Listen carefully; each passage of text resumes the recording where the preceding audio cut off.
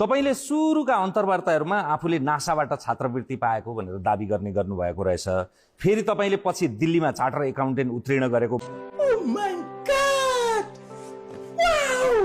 एउटा भ्रष्टाचार विरोधी अभियन्ताले आफ्नै शैक्षिक योग्यताका बारेमा यसरी अनर्गल अथवा अतिरञ्जना भन्नु तपाईलाई अझ उत्तर दिन सजिलो हुन्छ। यहीसँग सम्बन्धित भिडियोहरू अनि त्यसपछि 2064 सालमा गऱ्यौँ। इन्डियन एरोनोटिक्समा मैले पनि त्यहाँ पनि मैले काम गर्ने अवसर पाएको थिएँ, तर मैले पछि गरिनँ त्यहाँ, जुन अहिले उडिसामा छ, जसमा तपाईँको अग्नि 5 बनायो। त्यतिखेर म सेलेक्टेड पर्सन हो इन्डियाको। होइन होला के हो चाहिँ विनयजङ बस्नेत भन्ने मान्छेसँग हामीले कमेडी गरेको भिडियो बाहिर ल्याइदिया हो है। तपाईँले विनयजङ बस्नेतलाई ल्याएर उभ्याउन सक्नुहुन्छ।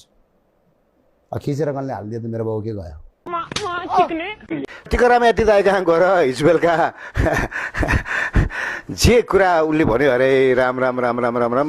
एउटा यो भिडियो चाहिँ नि जुन पिएनबी मिडिया हाम्रो युवराज खत्रीले लिएको इन्टरभ्यू, विनयजङ बस्नेत भन्नेसँग हामीले प्र्याङ्क गरेको के पो भने दाइतले कहिले हुन्छ भिडियो दाइतो एकफेरि हो इन्डियन एरोनोटिक्स हेर्नुहोस्।